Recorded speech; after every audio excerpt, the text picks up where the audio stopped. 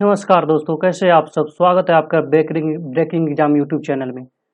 आज मैं इस वीडियो में लेकर आया हूँ आरआरबी एनटीपीसी प्रीवियस ईयर का क्वेश्चन आंसर के साथ, जो कि मैथ, जीके, जीएस, रीजनिंग और करंट अफेयर के साथ साथ जबरदस्त तरीके की क्लास होगी। ये क्लास हमारा पहला है। इस वीडियो में आपको ये मिलेगा कि आपको एक साथ मैथ भी, जीके भी, जीएस भी, रीजनिंग भी और करंट अफेयर्स के साथ साथ आपको क्लास कराई जाएगी। ऐसे हम समझ नहीं पाते हैं, जब पेपर आता है तो हम समझ नहीं पाते हैं कि ये कैसे क्वेश्चन करे, क्योंकि कभी मैथ, कभी जीके, कभी जीएस, रीजनिंग ऐसे करके क्वेश्चन डाल देता है, हमको समझ में नहीं आता है। तो इस तरीके से बचने के लिए मैं इस वीडियो में लेकर आया हूँ कि आपको math, GK, GS, science, reasoning सभी की एक साथ वीडियो मिले। जैसे क्वेश्चन 1 2 3 4 करके ऐसे सभी क्वेश्चन आपको मिलेंगे। तो आइए चलते हैं पीडीएफ पे। तो ये हमारा पीडीएफ खुल चुका है और देख रहे हैं जैसे कि आरआरबी एनटीपीसी 2 अप्रैल 2016 शिफ्ट 1 का ये हमारा क्वेश्चन पेपर है, जो कि 9 AM से 10 साढ़े 10 के बीच में लिया गया था, जो कि 2/4/2016 में ये एग्जाम हुआ था, जिसका रेलवे ने यह रेलवे ने यह पीडीएफ जारी किया था, उसी वक्त डाउनलोड हो गया था। लेकिन वीडियो मैं इसलिए बना रहा हूँ क्योंकि कोई चैनल आपको बताते हैं कि जैसे मैथ का अलग करा देते हैं, फिर आपको जीके की अलग ढूंढनी पड़ती है वीडियो, और जीएस की अलग ढूंढनी पड़ती है, करंट अफेयर्स की अलग करनी पड़ती है। और जहाँ तक कि मेरा ख्याल है कि आप हर एक सब्जेक्ट का अलग अलग वीडियो देते हैं। इस वीडियो में आपको सभी सब्जेक्ट का एक ही साथ में कराया जाएगा, जो कि रीजनिंग, जीके, जीएस, साइंस जो भी क्लास हो इसी वीडियो में मिलेगा, क्योंकि सभी क्वेश्चन एक साथ ही कराने जा रहे हैं इस वीडियो में। तो आइए वीडियो को पहला क्वेश्चन शुरू करते हैं। तो पहला क्वेश्चन आप लोग के स्क्रीन पे आ चुका है, जो कि जॉन ने कहा, शेरोन मेरी दादी की इकलौते बेटे की बेटी है। शेरोन जॉन से कैसे संबंधित, जो दो नाम कोई भी ले लो। जैसे जॉन, जॉन ये बोल रहा है, जॉन की जॉन बोल रहा है सोरेन मेरी दादी के, तो ये जॉन के दादी होंगे, जॉन के ग्रैंड मदर इनके जो इकलौते बेटे हैं। इकलौते बेटे मतलब जॉन के फादर होंगे, जो भी होंगे ग्रैंड मदर के तो इकलौते फादर होंगे। और इनके ये बेटी है शेरन, तो ये जॉन से कैसे संबंधित है। तो ये ब्रदर एंड सिस्टर हुए, तो यहाँ पे ऑप्शन ए बहन हो जाएगा। तो ऑप्शन ए राइट आंसर यहाँ पे दिया हुआ है, तो ऑप्शन ए राइट आंसर। फिर नेक्स्ट क्वेश्चन, दूसरा क्वेश्चन है। इस क्वेश्चन में आंसर को हाइड कर दिया हूँ, क्योंकि आप लोग को जैसे आंसर देखते हैं तो ऐसे लगता है कि आंसर सामने ही है पड़ा हुआ है, तो फिर क्वेश्चन बनाने से क्या फायदा। तो आंसर कहीं देखते हैं, तो इसलिए ये दूसरा क्वेश्चन है। एक 20 मीटर लंबी सीढ़ी एक खड़ी दीवार पे एक 20 मीटर लंबी सीढ़ी एक खड़ी दीवार पे टिकी है। यह जमीन के साथ यहाँ पे 6 नहीं होगा, यहाँ पे 60 डिग्री होगा। यहाँ पे ये 60, जो कि ये आरआरबी एनटीपीसी ने माना था कि हमने गलत किया था, तो इसका आंसर सभी को दिया था। 60 डिग्री का कोण बनाती है। दीवार से सीढ़ी के पैरों के बीच की दूरी ज्ञात करें। तो दूरी ज्ञात करने के लिए एक क्वेश्चन को हम बनाएंगे। ये हाइट एंड डिस्टेंस, तो ये मान लीजिए एक दीवार है और इस पे एक सीढ़ी है। ये ये बन गया आपको, इससे 60 डिग्री का कोण बनाती है। 60 डिग्री का कोण हो गया, तो ये बेस तो हुआ, ये हाइपोटेनिस हो गया, और ये परपेंडिकुलर और हाइपोटेनिस। तो यहाँ पे हो जाएगा आपको कॉस 60 डिग्री। पीवीएच है तो यहाँ पे दिया हुआ है, तो यहाँ पे कॉस 60 डिग्री होगा। 20 मीटर लंबी सीढ़ी पे खड़ी है, एच दिया हुआ, तो cos 60 degree is equal to B/H। तो यहाँ पे हो जाएगा आपको cos 60 डिग्री का मान होता है 1/2 इज इक्वल टू B/20 दिया है, तो यहाँ पे 2 से कट जाएगा यहाँ पे, तो B इज इक्वल टू 10। तो यहाँ पे आपका राइट आंसर हो गया 10 मीटर। 10 मीटर यहाँ से और यहाँ के बीच की दूरी यहाँ पे 10 मीटर है। क्योंकि यहाँ पे H दिया हुआ था और B निकालना था, तो B और H संबंध होता है cos थीटा का, इसलिए cos 60 डिग्री का मान यहाँ पे रखा गया। तो यहाँ पे मैं आपको आंसर भी दिखा दूँ, तो आंसर की बात करें तो आंसर यहाँ पे राइट आंसर ऑप्शन 2 दिया है, 2 का ए। तो दूसरा का ये नहीं कि आपको लगा देना यहाँ पे दूसरा ए में पहला, यहाँ पे पहला पर सी दिया हुआ है तो इसको नहीं लगाएंगे। तो चलते हैं नेक्स्ट क्वेश्चन पे अपना। जैसे यहाँ पे मैं आंसर हाइड करते जा रहा हूँ, तो जीवों और पर्यावरण के बीच की अन्योन्य क्रिया के वैज्ञानिक विश्लेषण और अध्ययन को क्या कहा जाता है? यहाँ पे पारिस्थितिकी, इकोलॉजी एंड सूक्ष्मजीव विज्ञान,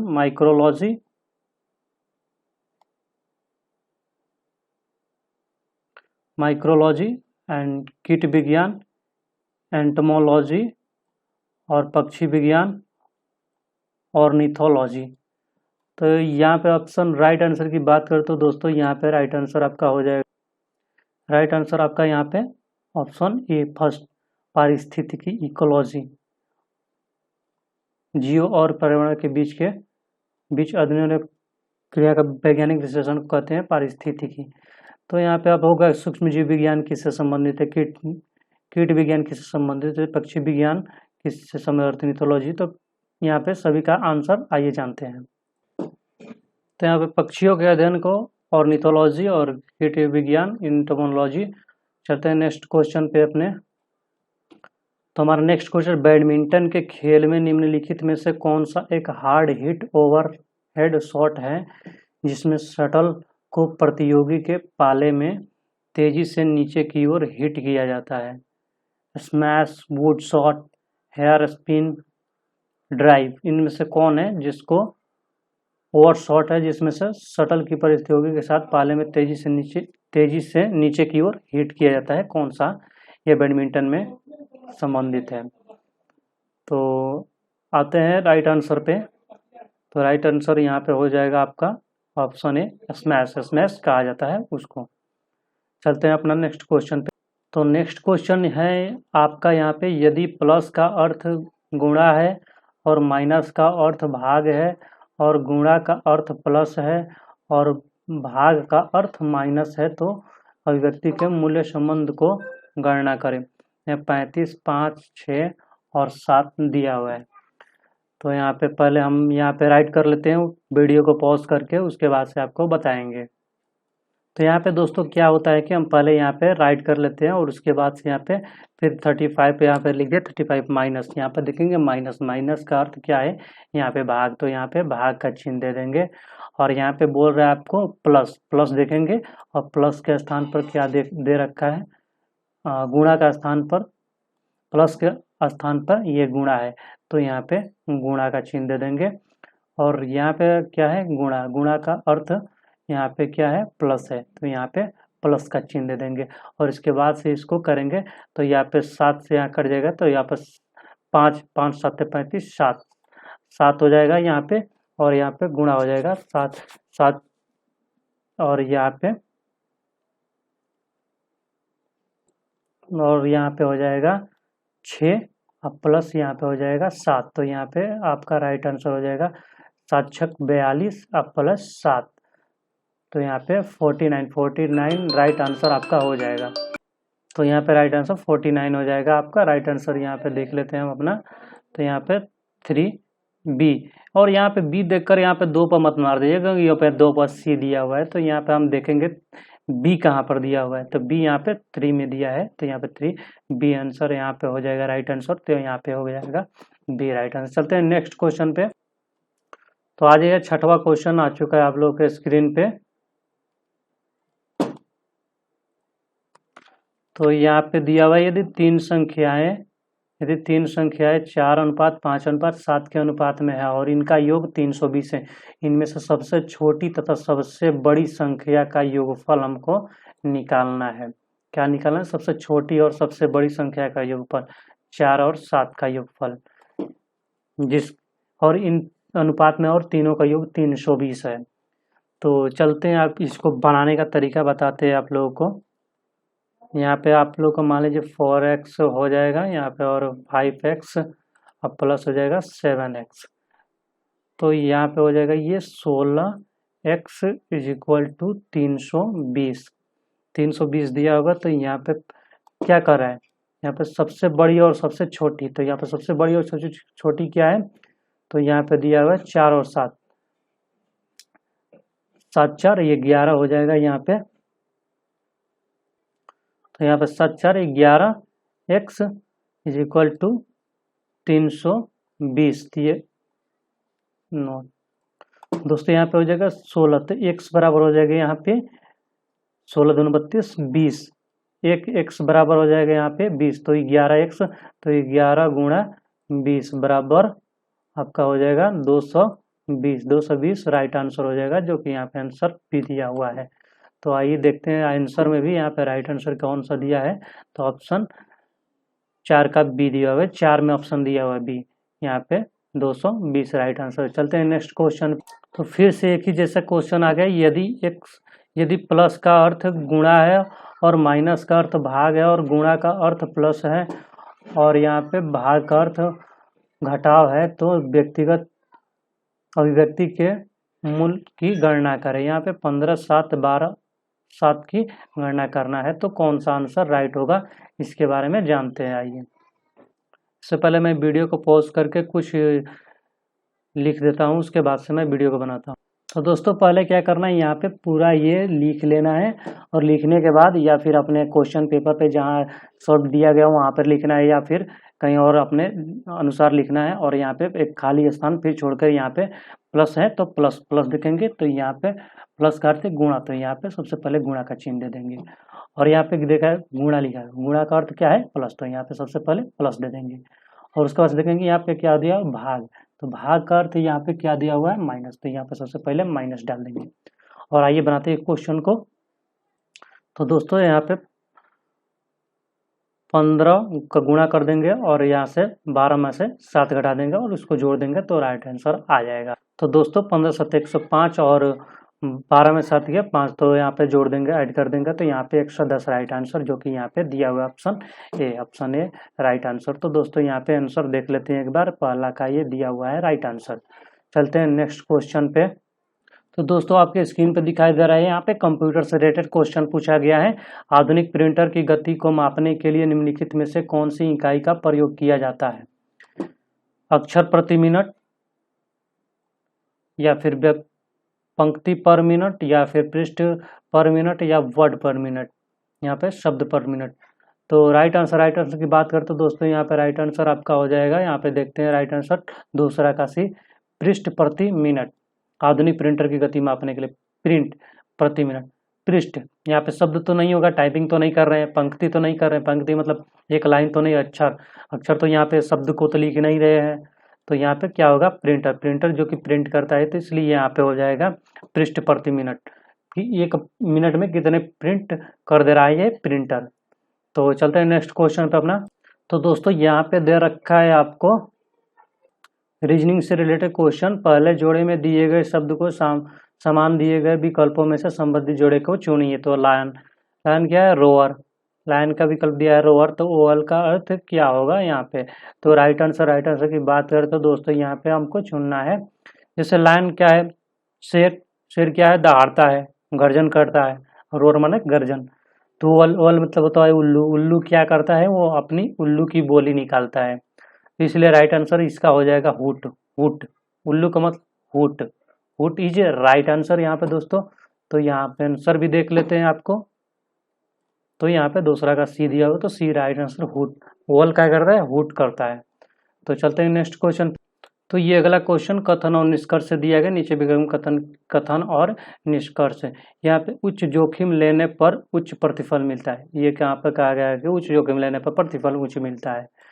तो यहाँ पे देखेंगे अपना निष्कर्ष क्या है, कोई जोखिम नहीं है, कोई लाभ नहीं है, कोई जोखिम नहीं लेंगे कोई लाभ नहीं होगा।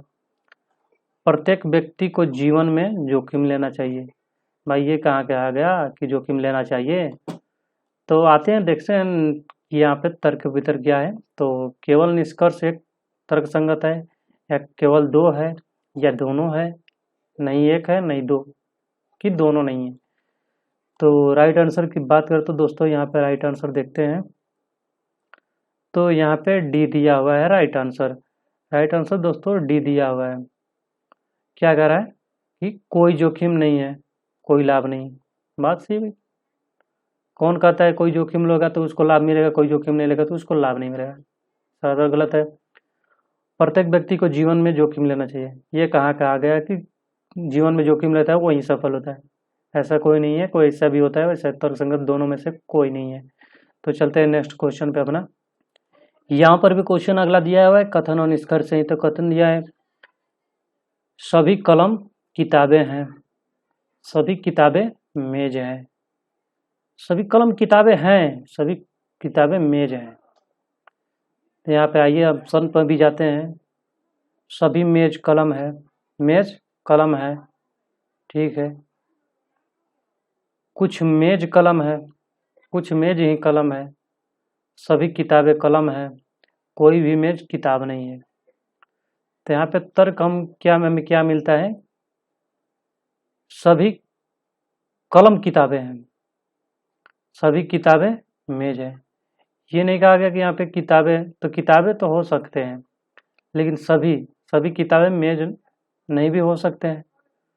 तो कुछ मेज कलम हो सकते हैं, कुछ मेज इसमें से कलम है, जो कि राइट आंसर होगा।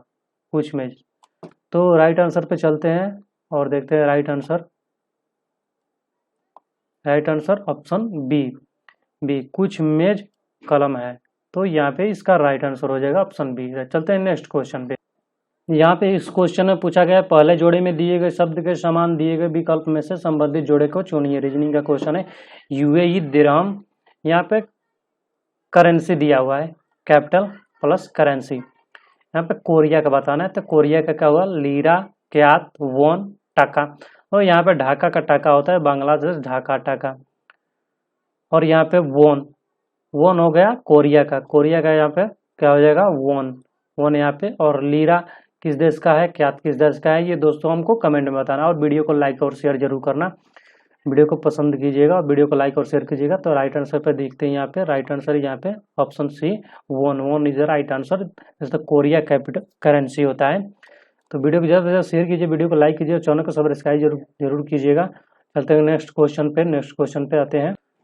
तो ये क्वेश्चन है यदि A1 और E80 बराबर 26 तो C इसका इज इक्वल टू कितना होगा?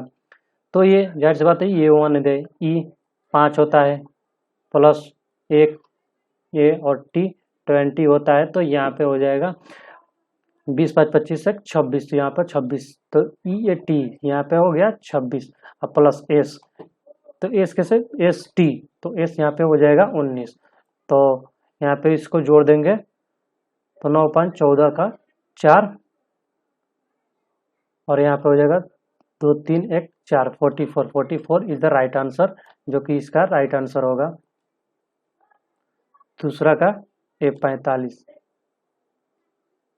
सॉरी दोस्तों, यहाँ पे 25 नहीं, यहाँ पे 26 जोड़ेंगे। तो यहाँ पे क्या जोड़ेंगे दोस्तों? यहाँ पे 26 19 तो 45 यहाँ पे राइट आंसर होगा।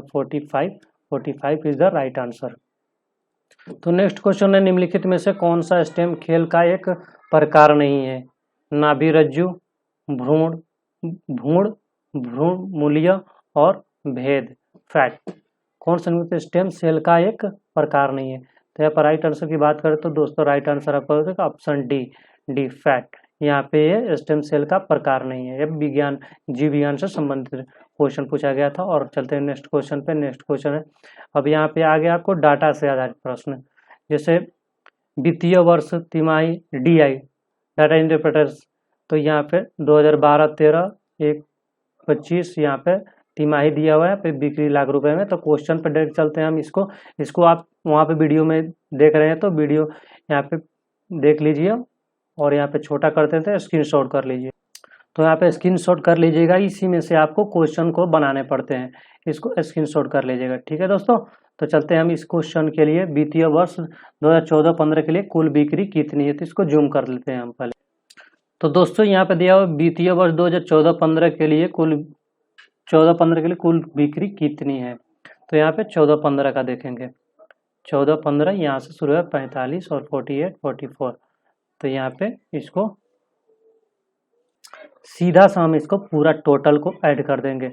तो यहाँ पे ऐड करेंगे तो यहाँ पे आप ऐड कर लीजिएगा। यहाँ पे 178 इस चारों को जोड़ेंगे तो 178 आंसर आएगा, जो कि ऑप्शन बी दिया हुआ है, जो कि राइट आंसर होगा।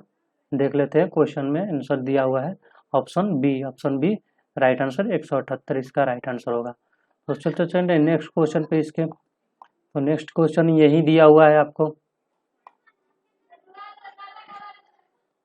फाइनेंशियल ईयर 2012-13 से फाइनेंशियल ईयर 2013-14 में कंपनी की बिक्री का साल दर विकास प्रतिशत में कितना है? तो यहाँ पे देखेंगे, यहाँ पे 2012-13 और 13-14 के बीच। तो यहाँ पे 12-13 कितना है? यहाँ पे 4 है। तो 4 साल का यहाँ पे सबसे पहले टोटल हम यहाँ पे क्या करेंगे, ऐड कर लेंगे। 25, 34 और 24, 29 को ऐड करेंगे तो यहाँ पे आ जाएगा आपको 112 और यहाँ पे इसको 2013-14 यहाँ तक है और यहाँ तक इसको जोड़ेंगे तो यहाँ पे आ जाएगा 140। तो यहाँ पे घटा देंगे तो यहाँ पे हो जाएगा 28 आ जाएगा। तो यहाँ पे क्या बोल रहे हैं, तो 28 क्या है 144 112 और इसको 100 में कर देंगे बार, तो 28 यहाँ पे हो जाएगा और यहाँ पे हो जाएगा 4 से कट जाएगा, 28 चौक के 112 और 4 से यहाँ पे डिवाइड कर देंगे 25। यहाँ पे 25% फाइनेंशियल ईयर होगा, जो कि राइट आंसर यहाँ पे 25% ऑप्शन सी होगा, जो कि यहाँ पे दिया हुआ है ऑप्शन में, ऑप्शन सी राइट आंसर। चलते नेक्स्ट क्वेश्चन पे। नेक्स्ट क्वेश्चन हमारा आ जाएगा, वित्तीय वर्ष 2013-14 के लिए प्रति तिमाही औसत बिक्री क्या है? तिमाही यहाँ पे, तो यहाँ पे हम लोगों ने पहले जोड़ा था यहाँ पे 2013-14 का हम लोग यहाँ पे ऐड करेंगे तो 2013-14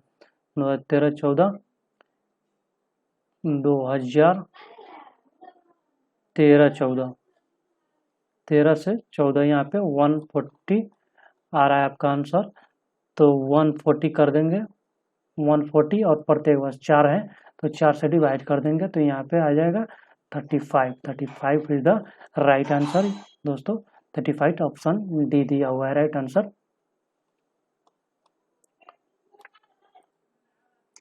तो यहाँ पे महान सम्राट अशोक किस वंश के थे? मौर्य वंश, मुगल वंश, गुप्त वंश, चोल वंश। तो ये कौन वंश है? महान सम्राट अशोक जो कि मौर्य वंश से थे, इसका राइट आंसर हो जाएगा मौर्य वंश। तीसरा का ये मौर्य वंश से बिलोंग करते थे। तो नेक्स्ट क्वेश्चन है हमारा, यहाँ पे क्वेश्चन आपको पूछ रहा है ए और बी साथ मिलकर एक काम को 40 दिन में कर सकते हैं, उनकी काम करने की दर का अनुपात 8:5 है, ये उसी काम को अकेला कितने दिन में पूरा करेगा? ये प्लस बी हो जाएगा आपका, A plus B is equal to 40 days. यहाँ पे 8 है, यहाँ पे क्या है 8 है और ये 5 है, तो 8 5 है 40 और ये 5 8 है 40। ठीक है दोस्तों। तो यहाँ पे ए एक दिन में 5 काम करता है और बी यहाँ पे एक दिन में 8 काम करता है, तो यहाँ पे हो जाएगा 8 5 13 सबसे पहले लिख देंगे और क्या निकालना है ए का काम का, तो ए का पूरा काम कर लेगा ये 13 5 65 दिन में ये पूरा काम कर लेगा, जो कि राइट आंसर यहाँ पे दिया हुआ है सर। तीसरा का ये 65 दिन इसका राइट आंसर हो जाएगा दोस्तों 65 दिन, जो कि एक के द्वारा पूरा कर दिया जाएगा। ये नेक्स्ट क्वेश्चन, निम्नलिखित मस्जिदों में से किसका निर्माण मुगल सम्राट शाहजहां द्वारा किया गया था? जामा मस्जिद दिल्ली, बादशाही मस्जिद लाहौर, काबुल बाग मस्जिद हरियाणा, किला एक कुहाना मस्जिद दिल्ली। तो इनमें से कौन सा मस्जिद जिसका निर्माण मुगल सम्राट शाहजहां के द्वारा किया गया था? तो राइट आंसर की बात कर लेते हैं दोस्तों। तो यहाँ पे ऑप्शन ए जामा मस्जिद दिल्ली, जो कि शाहजहां के द्वारा निर्मित कराया गया था। और श्रीलंका तब सिलोन को किस वर्ष को डायनेमिक ऑफ सिलोन के रूप में स्वतंत्रता प्रदान की गई थी? स्वतंत्रता कब मिली थी? यहाँ पे राइट आंसर दोस्तों यहाँ पे 1948, 1972, 1947, 1968। तो कब स्वतंत्रता मिली थी? राइट आंसर ऑप्शन ए 1948 को इसको मिली थी, 1948। और यहाँ पे दोस्तों भारत को स्वतंत्रता मिली थी 1947 और 48 में यहाँ पे श्रीलंका को मिली थी, सिलोन जबकि नाम था उसका। आते हैं नेक्स्ट क्वेश्चन पे। नेक्स्ट क्वेश्चन है एक समकोण त्रिभुज का क्षेत्रफल 30 वर्ग मीटर है, उसकी ऊंचाई बेस 7 सेंटीमीटर अधिक होती है, तो उसका आधार ज्ञात कीजिए। तो यहाँ पे दोस्तों यहाँ पे क्या 7 है और क्षेत्रफल 30 वर्ग सेंटीमीटर है, तो आधार क्या होता है? तो दोस्तों यहाँ पे हो जाएगा क्षेत्रफल होता है जिसका 1/2 इंटू, तो यहाँ पे मैं पहले लिख लेता हूँ। तो दोस्तों यहाँ पे मैं लिख चुका हूँ, क्षेत्रफल था 1/2 गुणे बी इंटू एच, तो 30। तो यहाँ पे क्षेत्रफल दिया हुआ है 30, तो 30 यहाँ पे राइट कर दिया और 1/2 इंटू ए प्लस 7 जो कि यहाँ पे दिया हुआ है बेस ए प्लस 7 इंटू ए, तो 60 बराबर ए स्क्वायर प्लस 7 है। यहाँ पे इसको क्रॉस मल्टीप्लाई किया और यहाँ पे हो जाएगा ए स्क्वायर प्लस 7 है माइनस 60, तो यहाँ पे हो जाएगा आएंगे यहाँ पे, तो ए स्क्वायर प्लस 12 है माइनस 5 है, 12 में से 5 के 7 है। फिर इसको डिफ्रेंशिएट किए तो यहाँ पे तोड़ दिए मैंने इसको और 60 कर दिया यहाँ पे, तो ए प्लस 12 माइनस ए प्लस 12, तो यहाँ पे ये तो आ जाएगा यहाँ पे, और ए माइनस 5 बराबर ए इक्वल टू 5, तो यहाँ पे राइट आंसर आपका आ जाएगा 5, जो कि यहाँ पे आंसर में आपको दिखाया भी गया है दोस्तों। यहाँ पे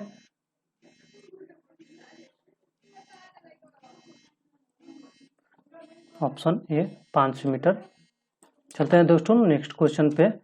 वैज्ञानिक नाम होमो सेपियंस का अर्थ क्या है? सीधा आदमी है, लंबा आदमी, बुद्धिमान आदमी, कामकाजी आदमी।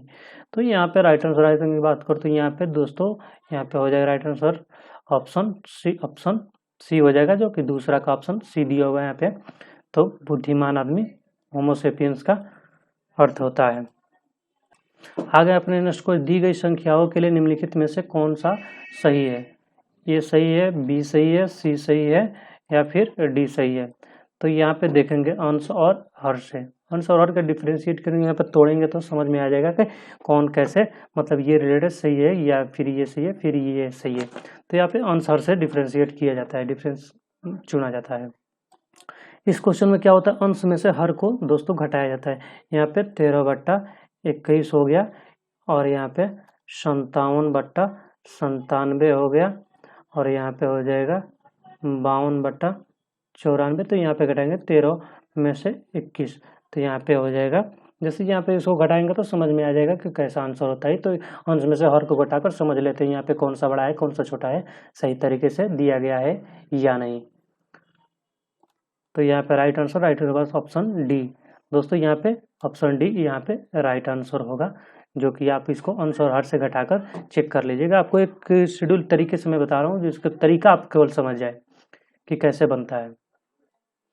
तो आ चुके नेक्स्ट क्वेश्चन में, निम्नलिखित में से किस देश को 2011 में स्वतंत्रता प्राप्त हुई थी? इनमें से किसको 2011 में स्वतंत्रता प्राप्त हुई? इरिट्रिया, दक्षिणी सूडान, स्लोवाकिया, ब्रुनेई, इनमें से किस देश को 2011 में स्वतंत्रता प्राप्त हुई थी? तो दोस्तों राइट आंसर की बात करते हैं यहाँ पे दक्षिणी सूडान, जो कि राइट आंसर होगा दक्षिणी सूडान, जिनको मिला था 2011 में स्वतंत्रता इसको प्राप्त हुई थी। चलते हैं नेक्स्ट क्वेश्चन में। नेक्स्ट क्वेश्चन हमारा रीजनिंग से रिलेटेड क्वेश्चन है। यदि स्टूडेंट NBPFZO लिखा है तो टीचर्स के लिए क्या लिखा जाएगा?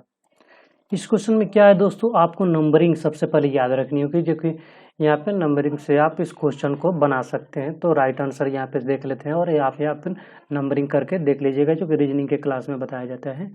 तो राइट आंसर की बात कर लेते हैं, तो यहाँ पे दोस्तों दूसरा का ए ऑप्शन होगा, जो कि आपको नंबरिंग करके जानकारी लेनी पड़ेगी इस क्वेश्चन के लिए। तो स्क्रीनशॉट ले लीजिए और इसको जानकारी आप प्राप्त करते रहिएगा नंबरिंग करके। चलते हैं नेक्स्ट क्वेश्चन पे। नेक्स्ट को कंप्यूटर के निर्माता उपयोगकर्ता द्वारा एक बार प्रोग्राम किए जाने के बाद निम्नलिखित में से किसे संशोधित नहीं किया जा सकता है? EPROM, रैम, EEP, रोम या फिर रोम। तो राइट आंसर की बात करते हैं दोस्तों, तो राइट आंसर ऑप्शन यहाँ पे ऑप्शन पहला का डी हो जाएगा, जो कि रोम। रोम है जिसको हम परिवर्तित नहीं कर सकते हैं, संशोधित नहीं कर सकते, जो कि एक बार उसको प्रोग्राम सेट कर देने के बाद। चलते हैं नेक्स्ट क्वेश्चन। दो धनात्मक संख्याओं का अंतर 50 है, दोनों का अनुपात 7:2 है, दोनों संख्याओं के गुणनफल ज्ञात कीजिए। तो यहाँ पे मैं दोस्तों हाइड करके पहले लिख लेता हूँ। तो दोस्तों यहाँ कह रहा है कि दो धनात्मक संख्याओं का अंतर 7:2 है, तो 7:2, 7:2 इसका अंतर निकालेंगे तो यहाँ पे हो जाएगा 5, 5 ए बराबर 50, तो ए बराबर 10 हो जाएगा। तो यहाँ पे 10 7 70 हो जाएगा, और यहाँ पे 10 2 20 हो जाएगा। तो 70 20 गुणा करेंगे तो यहाँ पे 14 सही जो राइट आंसर यहाँ पे दोस्तों हो जाएगा। इस क्वेश्चन का आंसर ऑप्शन सी 14। चलते हैं नेक्स्ट क्वेश्चन पे। दोस्तों इस क्वेश्चन में यदि हेल्थ ID BK UG है तो हॉस्पिटल, यहाँ पे दोस्तों क्या करते हैं, एक यहाँ पे जी H के बाद क्या आता है, तो H के बाद आता है I, ऐसे यहाँ पे लगा हुआ है। D के बाद क्या आता है E, और A के बाद आता है यहाँ पे B, ऐसे राउंड कर रहा है। और K के बाद आता है JKL, T के बाद क्या आता है U G के बाद क्या आता है H, ऐसे राउंड किया। तो H का सीधा हम क्या करेंगे, H का करके यहाँ पे I, और यहाँ पे O का एक माइनस कर रहे हैं, जैसे E के एक माइनस हुआ है, जैसे हम इधर से कर दिए, यहाँ पे दिया हुआ इस तरीके से। तो E का माइनस O M N का N के बाद O आता है, तो यहाँ पे इसका हो जाएगा NIN। तो दोस्तों दो ही देखेंगे, पहले दो ही मिला लेंगे, इसमें आंसर मिल रहा है कि नहीं। तो यहाँ पे IQ IM IP IN यहाँ पे एक ही दिया है, तो सीधा से यहाँ पे टिक कर देंगे, तो यहाँ पे राइट आंसर ऑप्शन डी हो जाएगा। क्योंकि आगे हम नहीं बढ़ेंगे, क्योंकि इसके ऐसे ऑप्शन में कहीं दिया हुआ, अगर यहाँ पे दिया होता तो यहाँ तक चेक करेंगे, फिर यहाँ तक चेक करेंगे, ज़्यादा चेक करने की ज़रूरत नहीं पड़ती है। तो चलते हैं नेक्स्ट क्वेश्चन पे। सबसे पहले आंसर इसका देख लेते हैं, तो option D is right answer दोस्तों। चलते हैं नेक्स्ट क्वेश्चन पे। नेक्स्ट क्वेश्चन हमारा है, जालियांवाला बाग हत्याकांड का आदेश किसने दिया था। हम लोग देखे थे जनरल डायर ने दिया था, हम लोग पढ़ चुके हैं, हम लोग बचपन से ही पढ़ते आ रहे हैं, जनरल डायर ने दिया था। तो कौन सा दिया था, तो colonel Reginald Dyer, Michael O'Dwyer, H Asquith, Winston Churchill. तो यहाँ पे राइट आंसर की बात करें तो दोस्तों राइट आंसर आपका हो जाएगा option A, Colonel Reginald Dyer, जो कि इसको जालियांवाला बाग का हत्याकांड का आदेश दिया था। तो आज इस वीडियो में इतना ही रहेगा दोस्तों, ये इस वीडियो को आज तक इतना ही रहने देते हैं, और आते हैं दूसरे क्लास में मिलते हैं। तब तक इस वीडियो को ज़्यादा से ज़्यादा लाइक कीजिए और ज़्यादा से ज़्यादा शेयर कीजिए, हमारे चैनल को सब्सक्राइब कीजिए तथा अपने दोस्तों को ज़्यादा से ज़्यादा शेयर कीजिए, क्योंकि इस वीडियो में आपको math, GK, GS, reasoning, science, यहाँ तक कि करंट अफेयर साथ साथ भी कराए जा रहे हैं। जैसे आप यहाँ पे मैंने बोला कि दो, जैसे ढाका टाका बोल दिया, वैसे ही आप यहाँ पे कंट्री कैपिटल करेंसी याद करते रहिए, और यहाँ पे आएगा आपको, जैसे कि कोई यहाँ पे चेंज हुआ है, या फिर यहाँ पे कहीं राज्यपाल की अगर सूची बताए, यहाँ पे कोई क्वेश्चन आ जाए राज्यपाल का, तो उससे रिलेटेड हम 3-4 क्वेश्चन डालेंगे, जिससे आपको राज्यपाल के क्वेश्चन प्राप्त हो सके। जैसे बिहार के कौन है, उत्तर प्रदेश के राज्यपाल कौन है, तो इस तरह के क्वेश्चन आते रहेंगे। धन्यवाद दोस्तों, वीडियो को ज़्यादा से ज़्यादा लाइक कीजिए, चैनल को सब्सक्राइब कीजिए। धन्यवाद।